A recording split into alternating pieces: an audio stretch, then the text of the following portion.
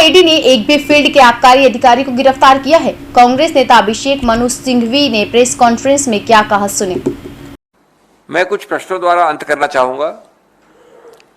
यदि कोई घोटाला हुआ तो ईडी ने इतनी लंबी जांच के बाद धन शोधन, ये इंपॉर्टेंट शब्द है, मनी लॉन्ड्रिंग का आपके समक्ष या उच्चतम न्यायालय के समक्ष एक भी साक्ष्य तथ्य रखा। और अगर धन शोधन नहीं है तो मनी लॉन्ड्रिंग नहीं हो सकती। आप खून के आरोपित हो सकते हैं, आप कत्ल के आरोपित हो सकते हैं, आप इनकम टैक्स के आरोपित हो सकते हैं, आप किडनैपिंग की हो सकती है, लेकिन मनी लॉन्ड्रिंग कहां हुई? और अगर होती तो निर्णय नहीं आता। यदि अपराध शराब निर्माताओं की फैक्ट्री से शुरू हुआ तो कृपया बताइए कि एक भी शराब का निर्माता को आपने गिरफ्तार किया या समक्ष रखा?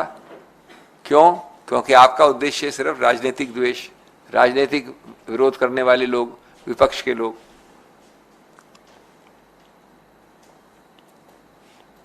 अगर ये 2019 से 2023 का ये इतना बड़ा जिसको स्कैम कहा आपने, तो आपने एक भी आबकारी अधिकारी, फील्ड अफसर एक भी क्यों नहीं गिरफ्तार किया? आप जानते हैं कि जो आबकारी विभाग है वो सबसे ज्यादा नियंत्रित है। आप फैक्ट्री से बाथरूम नहीं जा सकते बिना एक नियंत्रित तरीके से उसमें लिखना पड़ता है, रजिस्टर एंट्री करनी पड़ती है, ट्रक निकलती है, ये सब होता है। एक आदमी को आपने अरेस्ट नहीं किया, क्यों? क्योंकि आपका निशाना था सिर्फ राजनीतिक द्वेष वालों की तरफ। अगर ये सब लोग दोषी थे, यानी कौन? ब्यूरोक्रेसी, आबकारी अधिकारी, फैक्ट्रियों के निर्माता, तो आज तो करीब बाकी चीज छोड़िए, आज 4 महीने हो गए, 5 कितने महीने हो गए, 5-6 महीने हो गए सरकार बने, 4 महीने हो गए।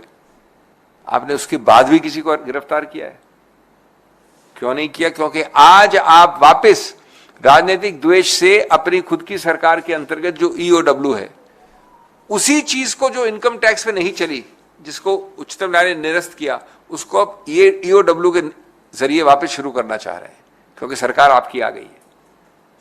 ये मैं आपके लिए इसलिए बता रहा हूं जिससे कि एक्सपोज हो कि क्या इनके तौर तरीके हैं, किस प्रकार से कानून को पूरा जो है समंदर में डाल के काम किया जा रहा है। और अगर आप अब ये ईओडब्ल्यू यानी इकोनॉमिक ऑफेंसेस विंग का इस्तेमाल या दुरुपयोग कर रहे हैं, तो उसमें कम से कम एक तो व्यक्ति हो जो राजनीतिक व्यक्ति या विरोध का या विपक्ष का व्यक्ति नहीं हो।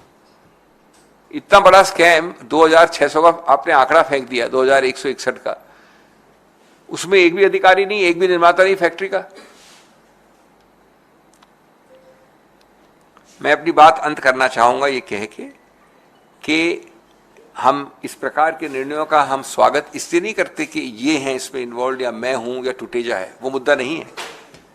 ये इसलिए हम करते हैं स्वागत कि ये एक सिद्धांतिक, संस्थापिक एक मूल मुद्दा है, जिससे आपको यद्यपि अमुक केस में, क्योंकि हमारा सिस्टम ऐसा है कि अमुक केस में ही निर्णय होता है, एक सर्वभ्यामी या व्यापक निर्णय नहीं हो सकता पूरे प्रदेश के लिए, लेकिन इस प्रकार के निर्णय एक्सपोज करते हैं कि आपका उद्देश्य क्या था, आपका तौर तरीका क्या था, आपके डिवियसनेस के उदाहरण क्या थे।